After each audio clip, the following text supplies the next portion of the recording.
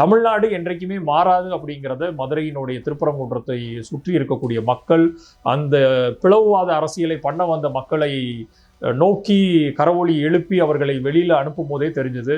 So எந்த விதமான முடிவுகளையும் இந்த ரிலீஜியஸ் வைஸாக, அது எந்த மதம் சார்ந்த ஒரு சிந்தனைகளாக இருக்கட்டும், எந்த இனம் சார்ந்த சிந்தனைகளாக இருக்கட்டும், உச்சபட்சமாக நம்ம உயிரை தாண்டி ஒரு மதத்தை ஒரு ஆராதிக்கணுமா அப்படின்னு கேட்டிங்கன்னா, அது இஸ்லாமாக இருக்கட்டும், கிறிஸ்துவமாக இருக்கட்டும், இல்லை இந்துவாக இருக்கட்டும், எந்த மதத்தையும் நம்ம உயிரை காட்டிலும் மேலா அப்படின்னு கேட்டிங்கன்னா கண்டிப்பாக இல்லை அப்படிங்கிறது தான் நிதர்சனமான உண்மை.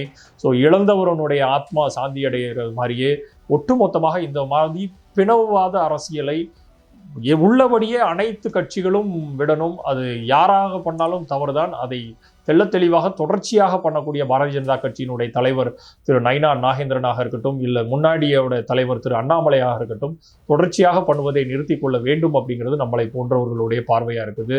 ஏன்னா அவர் நயினார் நாகேந்திரன் அவர்கள் 1 கோடி ரூபாய் நிதி உதவியையும் அரசு வேலையையும் அவரதுடைய மனைவிக்கு கேட்டிருக்கிறார்.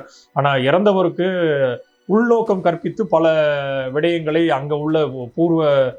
அங்க இருக்கக்கூடிய அவர் வீட்டை சுத்தி இருக்கக்கூடிய மக்களே அவர் தொடர்ச்சியாக குடிப்பவர், இறந்தவரை நம்ம மலினப்படுத்தவோ களங்கப்படுத்தவோ இங்க நம்ம யாரும் இல்லை. ஆனால் ஒரு ப்ராப்பரான விசாரணை வளையத்துக்குள் அவருடைய இறப்பு கொண்டு வரப்பட்டு உண்மையாகவே நேர்மையாகவே அந்த இடத்தில் அவருடைய இறப்பிற்கான மரியாதையை செலுத்த வேண்டியது எல்லாருடைய கடமை.